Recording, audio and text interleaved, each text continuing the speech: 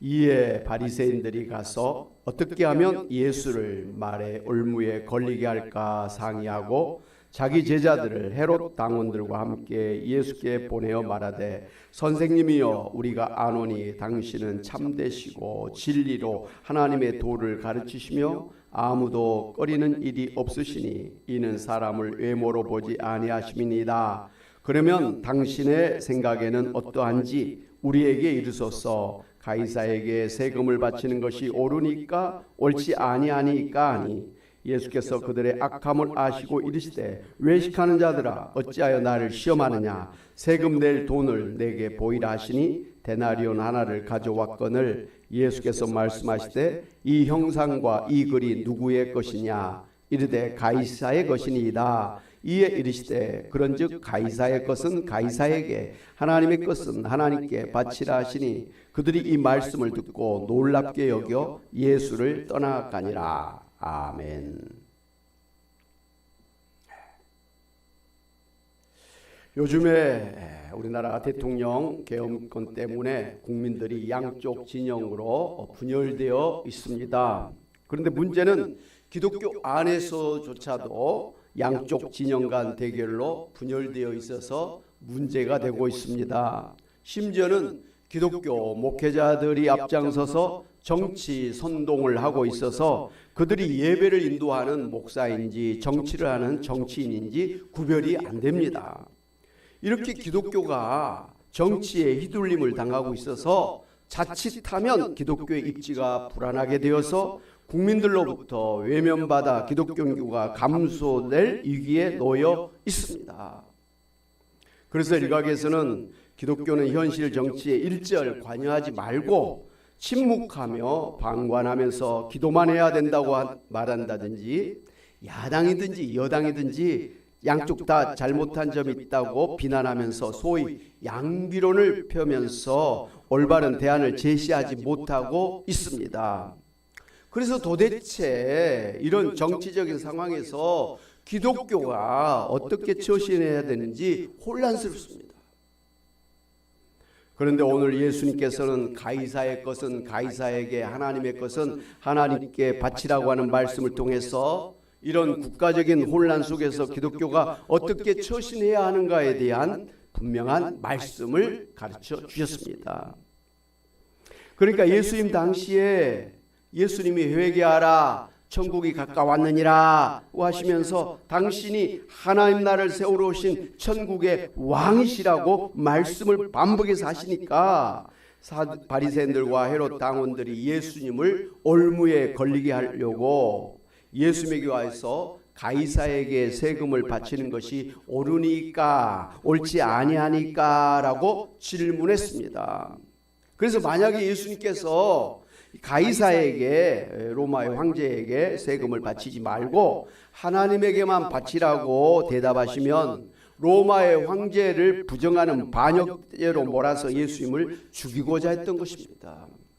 그러나 예수님께서 그들의 악함을 아시고 외식하는 자들아 어찌하여 나를 시험하느냐고 하시면서 세금 낼 돈을 내게 보이라고 그렇게 말씀하셨습니다. 그러자 그들이 예수님에게 데나리온 하나를 가져와서 보이니까 예수님께서 이 형상과 이 글이 누구의 것이냐고 그렇게 물었습니다. 그러자 그들이 가이사의 것입니다 라고 대답을 했습니다. 데나리온을 좀 보여주시죠. 당시에 이 데나리온은 노동자의 하루 품삯에 해당하는 은전이었는데요. 그 앞에는 올개간을 쓴 로마 황제 티베리우스 가이사의 얼굴이 새겨져 있고 그 주변에는 만인의 주 신성한 아우구스투스의 아들 티베리우스 가이사라고 새겨져 있었습니다. 그러자 예수님께서 이 데나리온을 보이시면서 그런즉 가이사의 것은 가이사에게 하나님께서는 하나님께 바치라 그렇게 대답을 해 주셨습니다. 당시 이스라엘 사람들은 의무적으로 두 가지 세금을 내고 있었는데요. 하나는 성전의 반세겔 정도의 종교세를 내고 있었고 하나는 로마의 인두세 명목으로 국세를 내고 있었습니다. 그러니까 예수님은 유대인들에게 하나님의 백성으로서 마땅히 하나님을 위하여 성전세를 내야 되는 것과 동시에 또 이스라엘을 통치하고 있었던 로마 황제에게 내어야 될 세금을 내어야 한다고 가르쳐 주신 것입니다. 예수님은 유대인들에게 하나님을 믿는 하나님의 백성으로서 할 일이 있지만 동시에 로마 정부의 백성으로서 할 일이 있다고 하는 사실을 가르쳐 주신 것입니다. 그래서 비록 로마의 식민 통치를 받고 있는 형편이지만 로마의 국가의 세금을 내어야 되고 국가의 의무를 다해야 된다고 가르쳐 주신 것입니다. 사랑하는 여러분, 예수님의 이 말씀은 대한민국이라고 하는 국가의 국민으로서 살아가고 있는 기독교인들이 어떻게 처신해야 하는가를 분명하게 가르쳐 주신 말씀입니다. 대한민국 국민으로서 해야 될 일을 해야 되고 동시에 하나님 나라의 백성으로서 해야 될 일을 해야 된다고 하는 말씀입니다. 너무나 당연한 말씀 아닙니까? 그런데 여호와의 증인들은 여호와 하나님이 통치하시는 왕국 백성으로서 살아야 된다고 하면서 현재 그 국가 제도를 사탄의 국가로 생각하고 군인이 되거나 경찰이 되거나 공무원이 되어서는 안 된다고 가르치고 심지어 공교육도 사탄의 교육이니까 배워서는 안 된다고 주장을 하고 있습니다. 아주 잘못된 가르침이죠. 아마도 이단의 잘못된 그런 가르침일 뿐입니다. 예수님을 믿는 기독교인들은 영적으로 예수님이 왕으로 통치하고 계시는 하나님 나라 천국의 백성으로서의 신분의식을 가지고 하나님 나라를 위해서 살아야 될 것을 가르쳐 주셨습니다. 그러나 동시에 현재 자신이 살고 있는 이 현세 국가의 국민으로서의 신분의식을 가지고 그 통치에 순종하면서 국가를 위해서 살아야 된다는 것을 가르쳐 주신 것입니다. 사랑하는 여러분, 예수님은 오늘 기독교인들이 자신들이 몸담고 살고 있는 국가를 부정하고 이 문명과 속세를 떠나서 산속에서 살라고 가르치지를 않았습니다. 심지어 이 세상을 떠나서 죽음 이후에 천국을 목적으로 사는 타계주의나 성속 이원론을 경계하도록 하셨습니다.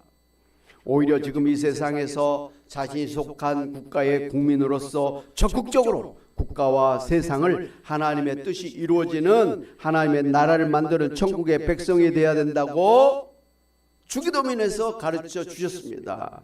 우리 주기도문의 제일 앞부분을 같이 한번 보도록 하겠습니다. 시작.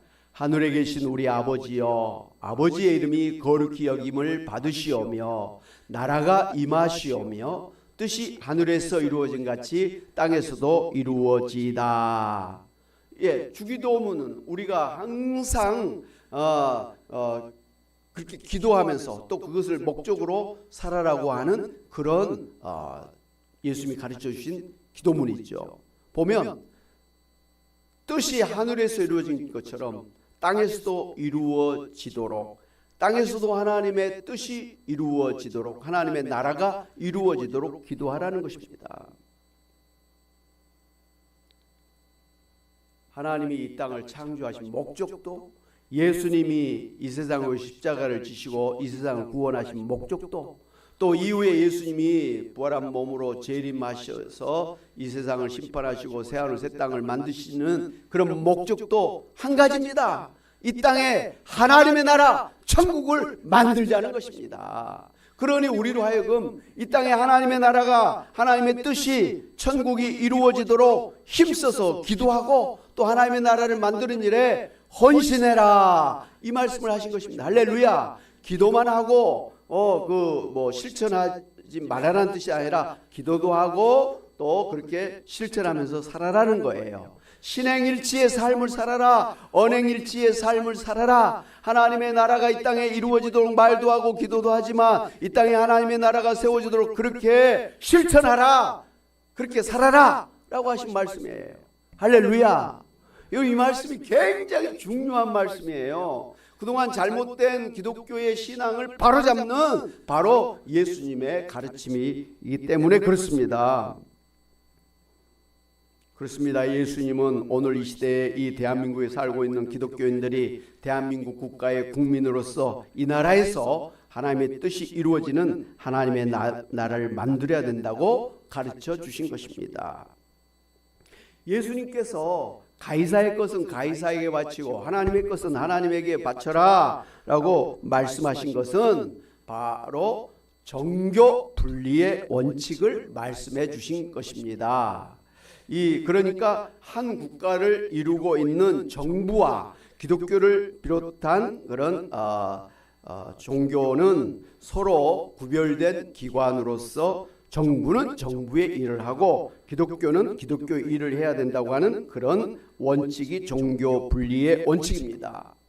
가이사의 것은 가이사에게, 하나님의 것은 하나님에게 바치라. 이 종교 분리 원칙을 천명해 주신 것이죠. 예수님의 이 말씀에 근거해서 우리나라 헌법 20조 2항에서는 종교와 정치는 분리된다라고 그렇게 명시하고 있습니다.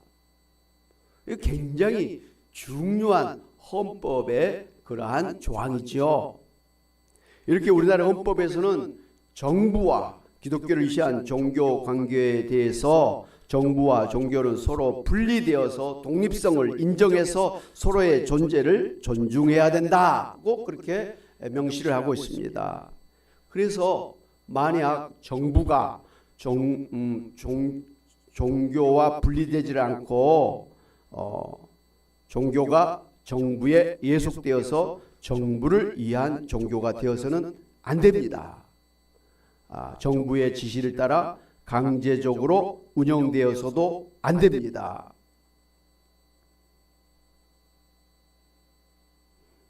한마디로 기독교가 정부의 통제를 받으면서 그렇게 해서는 안 된다, 이런 말씀이에요.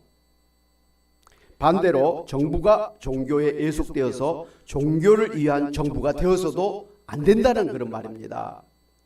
한마디로 우리나라가 기독교를 국교로 삼아서는 안 된다라는 게 우리나라 헌법에 명시되어 있습니다. 물론 우리 기독교인들은 이 나라 모든 사람들이 다 기독교를 믿는 기독교 국가가 되기를 바라지만 우리나라 헌법에서는 그걸 허용하지 않습니다. 그렇게 되기도 어렵고요. 무엇보다도 다양한 종교의 자유를 보장하고 있는 대한민국에서 정부가 기독교만을 인정하고 다른 종교를 탄압하는 기독교 국가가 되어서도 안 된다라는 것을 헌법에서 명시하고 있습니다. 이런 이 종교 분리 원칙이 세워진 것은 그동안의 역사를 거치면서 세워진 그런 원칙입니다. 먼저 성경적인 이스라엘 역사를 살펴보면요, 처음에는 하나님이 직접 선지자를 통해서 신정 정치를 펼쳤습니다. 그러다가 이제 이스라엘 백성들이 하나님 앞에 우리도 왕을 세워 주옵소서 요청을 해서 하나님께서 그래 너희들이 원하는 왕을 그럼 세워주겠다고 해서 이스라엘 첫 번째 왕을 세웠죠. 누구였습니까? 사울 왕을 세웠습니다. 그래서 그때부터 이제 소위 왕정 정치가 시작이 되었습니다. 그렇지만 하나님께서는 왕이 할 일과 이 또 제사장이 할 일을 구별해서 서로 다른 역할을 그렇게 감당하도록 분리시켜 주셨습니다. 소위 정부와 이 종교를 분리시켜 주셨다는 것이죠. 그런데 이 사울 왕이 전쟁을 앞두고 사무엘 선지자를 대신해서 자기가 직접 하나님 앞에 제사를 드린 것 때문에 하나님한테 야단을 맞고 그것 때문에 결국은 사울 왕이 왕위에서 폐위되어지고 대신에 다윗이 2대 왕으로 그렇게 세워지게 된 것을 볼 수가 있습니다. 왕이 할 일이 있고 제사장이 할 일이 있는데 왕이 제사장의 일까지 하니까 하나님이 잘못됐다고 생각을 해서 왕을 폐위시켰다는 말씀이에요. 이와 같이 하나님은 처음부터 종교 분리를 확실하게 그렇게 세워주셨습니다. 역사적으로는 중세시대에 교황 정치가 있었지요. 교황이 전권을 가지고 있어서 교황이 소위 정부의 국왕을 선택해서 임명하고 또 교황에게 복종하도록 그렇게 했던 시절이 있었습니다. 이게 중세시대예요. 캐톨릭이 그렇게 했었죠. 그러다가 국왕이 반발해가지고 이번에는 국왕이 이제 정권을 가지고 교황을 임명하게 되면서 이제 정부와 이 종교 간의 심각한 갈등과 전쟁이 일어나게 되는 것을 우리가 역사를 통해서 볼 수가 있습니다. 과거에 그렇게 종교가 정부를 장악하려고 하고 정부가 또 종교를 장악해서 자기들 마음대로 휘둘리려고 하다 보니까 거기서 엄청난 전쟁이 있더라라는 것이에요. 그래서 이제 나온 게 이러면 안 되겠다. 정부는 정부고 종교는 종교, 서로 그렇게 인정을 하자 하고 만든 게 종교 분리 원칙이고, 그게 우리나라 헌법에도 그렇게 들어와 있다라는 것이죠. 이것은 바로 성경에서 기원한 그런 헌법인 것을 우리가 알 수가 있습니다. 지금도 정부가 종교를 탄압하고 자기들 마음대로 하려고 하는 경우들이 있습니다. 바로 중국이나 북한과 같은 공산당 독재 정권이 그런 경우입니다. 종교가 교회를 탄압하고 정부를 위한 종교 지도자로 만들려는 것이죠. 그래서 중국의 삼자 교회가 그런 것입니다. 그렇게 세워진 교회를 우리는 어용교회라고 하고요. 또 그런 종교 지도자들 우리는 어용 목사들이라고 그렇게 비판을 합니다. 독재자를 칭송하고 독재 정부를 대변하고 지지하는 그런 목사들을 말합니다.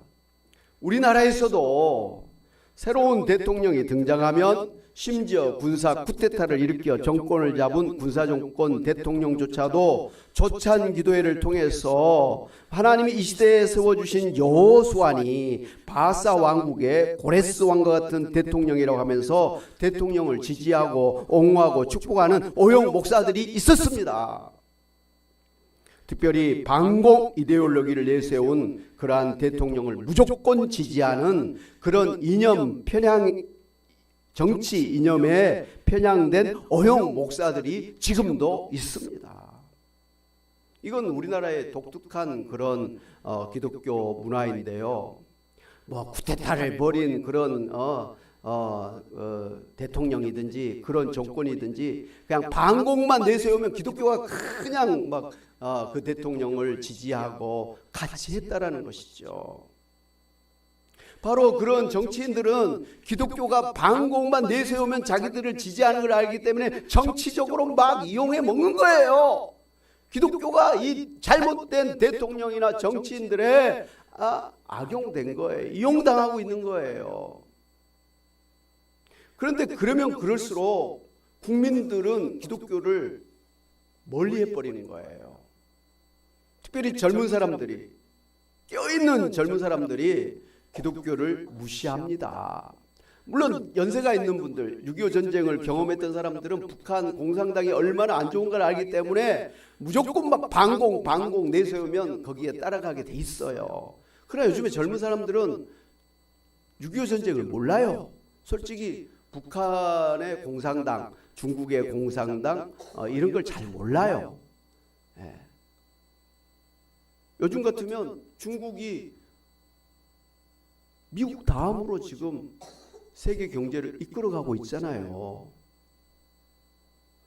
중국의 전자산업, IT 산업이 우리나라 삼성, LG 이런 걸 지금 추월해 버렸어요. 우리가 이제 못 따라가게 돼 있어요. 그 정도로 중국의 공산당 국가도 그렇게 많이 개발되어 있고 많이 발전하고 있는 것입니다. 그러니 미국에서는 주도권을 잃을까 봐서 중국 죽이려고 지금 혈안이 되어 있잖아요. 다 자국의 이해관계 때문에 벌어지는 그런 일들이죠. 우리는 그 사이에서 지금 고래 싸움에 새우등 터지는 격이 돼가지고 아주 힘든, 뭐 친미를 할 수도 없고 친중을 할 수도 없고, 지금까지 우리 이 한반도 역사는요 그런 주변의 강대국들 사이에서 끼어서 살아왔어요. 그래서 이 나라 눈치도 보고 저 나라 눈치도 보고 이렇게 하면서 눈칫밥을 먹고 이 나라가 지금까지 살아온 거예요.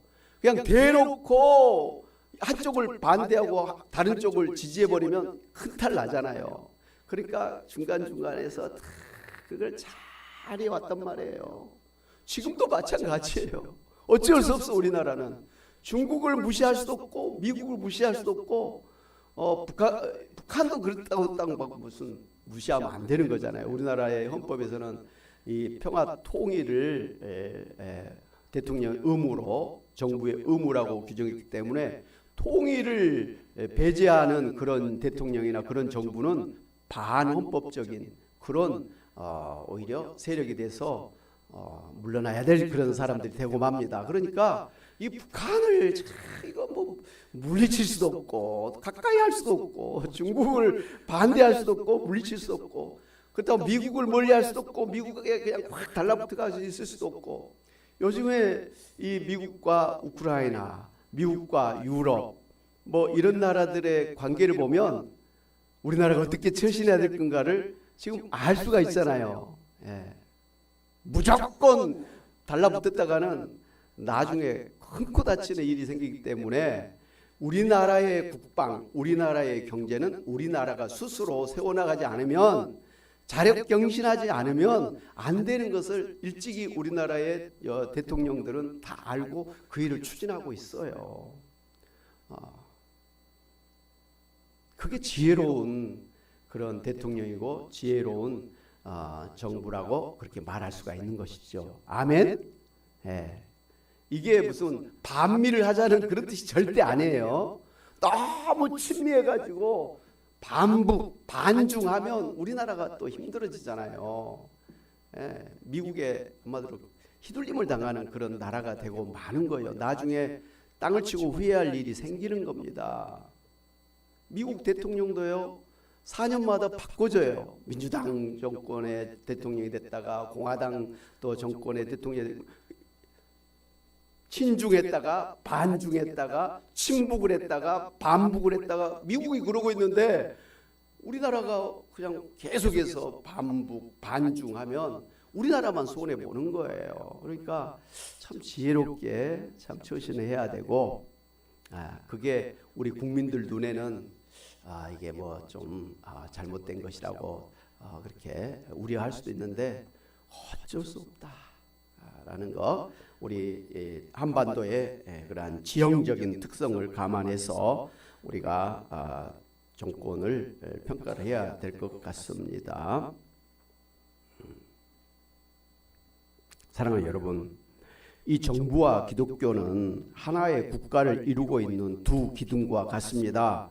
정부와 기독교는 하나의 국가를 이루는 두 기둥일 뿐만 아니라 더 나아가서 이 땅에만 하나님 나라를 이루는 것을 목표로 하나님이 세워주신 두 기관이라는 것을 알아야 됩니다. 그래서 종교 분리라는 것은 한 국가를 위해서 정부와 종교가 각자가 해야 될 역할이 구별되어 있다는 것이지 종교 분리라고 해서 정부와 종교는 서로 관계가 없이 남남이라는 말이 아닙니다. 그래서 정부와 종교 간의 하나의 건강한 국가를 이루기 위해서 견제를 해야 되고 또 통합에 힘써야 됩니다. 무조건 막 반대만 하면 안 되고 또 정부와 힘을 합해가지고 좋은 나라를 만드는 일에 통합해야 되는 것입니다. 물론 정부가 잘못될 때는 또 그게 잘못됐다라고 뭐 지적하고 비난하고 견제도 해야 되는 게 바로 이 종교 분리의 그런 원칙이라는 것을 우리가 알아야 됩니다. 그런 면에서 종교 분리라는 말보다는 차라리 종교 구별이라는 의미가 더 맞을 것 같습니다. 제가 신대원에서 졸업할 때 이 부분에 논문을 썼었어요. 다 학생들에게 쓰라고 숙제를 내줬어요. 그래서 저도 대한민국은 종교 분리의 원칙을 분명하게 전제를 하면서 자칫 이해하면 정부는 정부고 기독교는 기독교니까 서로 간섭하지 말자 뭐 이렇게 오해할 수도 있잖아요. 그런데 자세히 그 종교 분리 원칙을 따져놓고 보니까 서로 간섭하지 말자가 아니라 서로 견제하고 서로 통합하면서 건강한 나라를 만들자고 하는 그런 원칙에서 나온 게 종교 분리잖아요. 그래서 종교 분리는 얼른 보면 서로 남남같이 이렇게 이미지가 있는데 그거보다는 서로 구별이 되는 게 좋겠다. 서로 역할이 다르다는 면에서 구별이라는 말로 제가 정리했던 기억이 납니다. 그런 면에서 이 종교 분리 원칙, 우리나라 행정, 사법, 입법 기관의 삼권 분립의 원칙과 같다고 할 수가 있습니다. 행정, 사법, 입법 기관이 서로 침해할 수가 없는 독립적인 기관이지요. 그럼에도 불구하고 한 국가를 이루기 위해 서로 견제하고 통합해야 하는 것 아니겠습니까? 이번에 뭐 이런 말이 있더라고요. 감사 기관은 헌법에서 보장된 독립기관이니까 감사기관, 선거관리위원회는 그런 독립적인 기관이니까 감사를 받을 필요가 없다. 뭐 이런 주장을 해가지고 아주 물매를 맞고 있는 것을 보았습니다.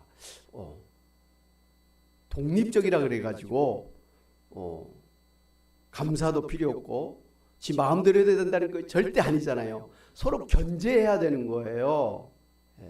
그 일을 대신할 수는 없지만 너 지금 잘하고 있다 못하고 있다는 것은 서로 견제해가지고 잘못된 걸 바로 잡도록 하는 게 이게 삼권 분립의 원칙이에요. 마찬가지로 정부와 종교도 한 국가를 이루기 위해 서로 견제하고 통합해야 된다라는 것입니다. 저는 종교 분리의 원칙을 이런 삼권 분립과라고 비유로 말을 하기도 하고, 또 저는 이 삼강오륜의 부부유별이라는 말로도 이해를 하고 있습니다.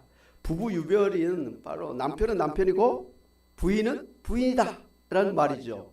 여러분, 이 말이 남편과 부인은 남남이다 라는 말이 아니죠. 서로 상관없이 남편은 남편 삶을 살고 부인은 부인 삶을 살아야 된다는 말이 부부유별이 아니죠. 그러려면 뭐 하려고 결혼해? 따로 살지.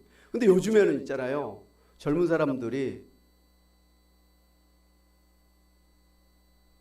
결혼을 않고 동거만 한다고 합니다.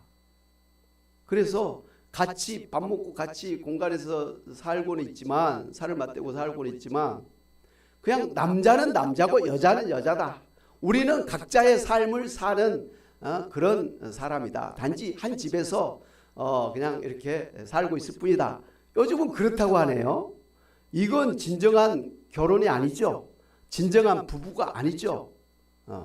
이건 그냥 동거일 뿐이에요. 그러면 결혼한 부부는 이 동거하는 사람들과는 달라야 되지 않습니까? 남편은 남편이고 부인은 부인이라서 서로의 존재를 인정을 해야 돼요. 그리고 그렇게 인정하지만 남편으로서 해야 될 일이 있고 아내로서 해야 될 일이 있다라는 것이죠. 그리고 서로 상대방의 일을 갖다가 잘할 수 있도록 도와주고 또 협력하는 거, 통합하는 거, 이게 동거하는 사람들과 결혼한 부부와 다른 점이죠. 그냥 동거는 같이 살기만 하되 각자예요.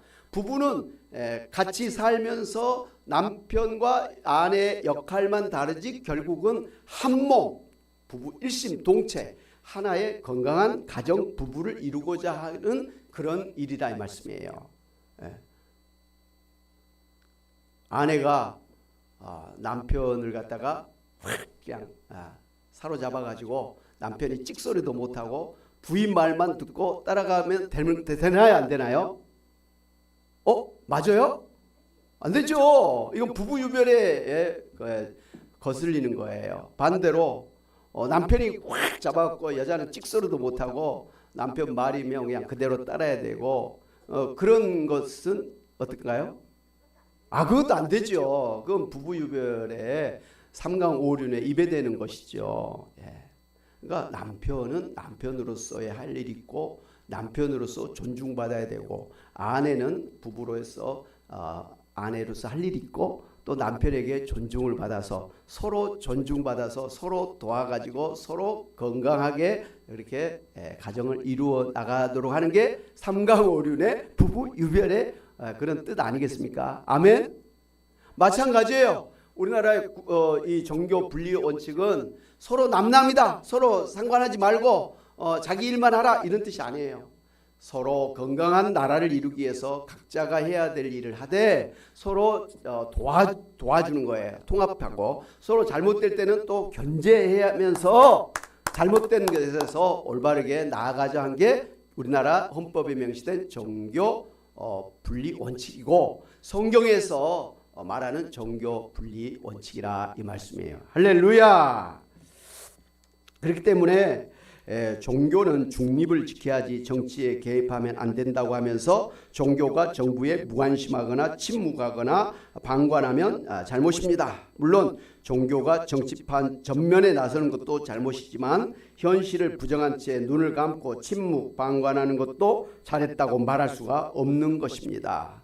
어제는 제106주년 3.1운동 기념일이었죠. 국가가 일본에게 침탈을 당했을 때 기독교 지도자들을 중심으로 3.1 만세 독립선언서를 작성을 했고요. 3.1 독립만세운동에 앞장섰고 또 나라의 독립운동을 하는데 앞장섰습니다.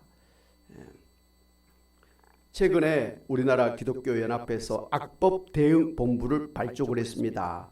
이 악법대응본부는 기독교 정체성에 반하는 법률과 조례의 제정을 막아내고 이미 제정된 악한 그런 법률과 조례를 폐기하는 데 협력하기 위해서 17개 광역시 도의 기독교 총연합회가 함께해서 2022년에 출범한 그런 기관입니다. 그래서 악법을 반대한다고 하는 서명운동부터 시작해서 대규모 군중 시위를 개최해서 입법부와 사법부를 향해서 건전한 입법과 바른 판결을 촉구하고 행정부가 나쁜 조례를 제정하지 못하도록 저항하는 운동을 적극적으로 펼치자고 하는 그런 운동입니다. 그러니까 기독교가 정부가 잘못하는데도 가만히 있고 심지어는 정부가 반성경적이고 반기독교적인 그런 법을 만드는데도 기독교가 그냥 가만히 있으라는 뜻이 절대 아니에요. 기도도 하지만 그걸 위해서 기도도 하지만 그것을 막아내는 그런 서명운동도 하고 또 그런 캠페인도 하고 또 대중 집회도 하면서 그렇게 해야 된다고 하는 것이에요. 물론 가장 적극적인 것은 잘못된 그런 생각을 가진 그런 국회의원들, 시장, 시의원, 도의원을 뽑아버리지 않는 것이죠. 기독교 정신을 가지고 제대로 된 그런 정치인들을 국민들이 뽑아주면 되는 거예요. 국민들이 가장 강한 파워는 선거권이기 때문에 그렇습니다. 선거는 아무렇게나 해놓고 그 다음에 뭐 잘했느니 못했느니 그건 늦은 거예요. 선거 때 잘해야 되는 거예요. 아멘? 선거에 꼭 참여해야 되는 거예요.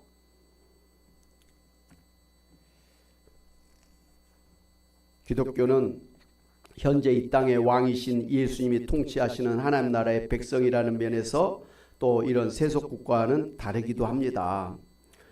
특별히 기독교는 복음을 전함으로 세속국가를 근본적으로 변화시키는 독특한 역할을 감당해야만 됩니다. 역사적으로 죄악으로 타락한 나라와 도시에 기독교의 복음이 전파되었을 경우에 자연스럽게 나라와 도시가 변화되었습니다. 예를 들어 성적으로 아주 타락했던 고린도 도시에 바울 사도가 호롤단신 들어가서 복음을 전한 결과로 고린도 도시가 변화되었습니다. 예를 들어서 1884년도에 우리나라에 복음이 들어왔을 때 언더우드 선교사의 편지에 보면 우리나라 그 당시 알코올 중독, 니코틴 중독이 심각했습니다. 남자만 담배 핀 게 아니라 여자들도 할머니들도 긴 빰뿌리에다가 그렇게 담배를 피웠습니다. 심지어 어린 아이들조차도 담배를 피웠습니다. 집집마다 술병이 있었고 술을 많이 가지고 있는 집이 한마디로 잘 사는 집이라는 그런 식으로 아주 술 문화, 담배 문화가 판을 치고 있었습니다. 거기다가 사람들이 길거리에 술 취해 쓰러진 사람들이 많았고 무당 굿하는 사람들이 많았고 한마디로 어둠과 죄악의 나라였습니다. 여자와 어린 아이들의 인권이 무시되었고 종들과 주인들의 차별이 심각했었습니다. 그런데 선교사님들이 들어온 이후에 교회를 세우고 학교를 세우고 병원을 세우고 고아원을 세우고 사회복지관을 세우고 YMCA, YWCA 같은 시민운동단체가 생겨서 근대화를 이끌었습니다. 그 결과 술, 담배가 줄어들었고 사람들이 검명검소하게 되었고 정직하게 되었고 훌륭한 인물들이 배출되었고 사회가 변화되었습니다. 정치가 변화되었고 선진 문명국으로 변화되었습니다. 그래서 지금은 오히려 가난한 나라를 위해서 물질로 지원하고 고아원과 병원과 학교를 세워서 지원하고 문화를 바꾸고 있습니다. 복음을 전하는 선교사를 미국 다음으로 많이 파송하는 그런 나라가 되었습니다.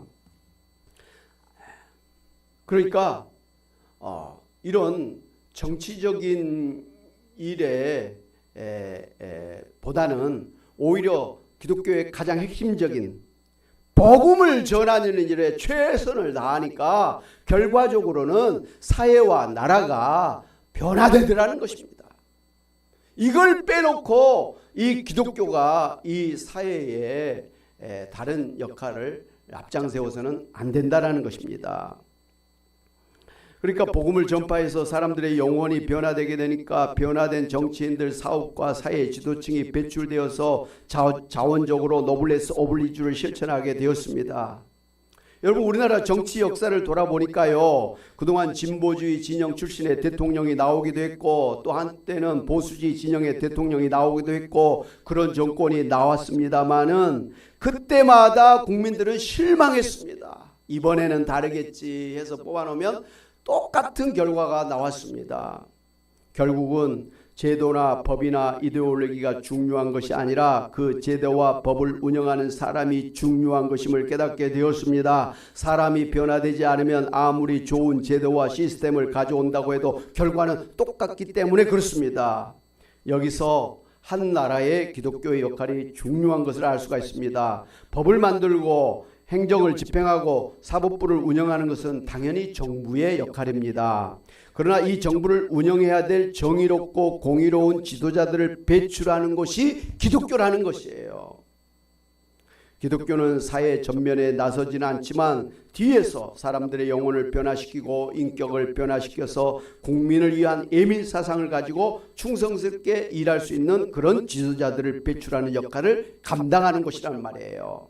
그런 면에서 그 사회의 정신을 책임지는 것이 기독교라 이 말씀입니다. 할렐루야! 사랑하는 여러분, 그러므로 정교 분리 원칙을 견지해서 지금 이 시대에 정부가 해야 될 일을 기독교가 나서서 대신하려고 해서는 안 됩니다. 정부 일은 정부가 할 것이고 기독교는 기독교가 할 일을 끝까지 해야 되는 것입니다. 정부는 그런 기독교의 역할을 존중하고 기독교의 가르침을 받아들여서 하나님의 뜻이 이루어지는 나라가 되도록 힘써야 됩니다. 그래서 정부와 기독교가 서로 견제하고 통합해서 건강하고 성숙한 민주국가를 만들어 나가야 될 것입니다. 그래서 이 나라에 하나님의 뜻이 이루어지는 하나님 나라가 세워지기를 주님의 이름으로 축원합니다. 아멘. 우리 찬송 같이 한번 하실까요? 516장 찬양하고 기도하겠습니다. 박수 치면서 시작하겠습니다.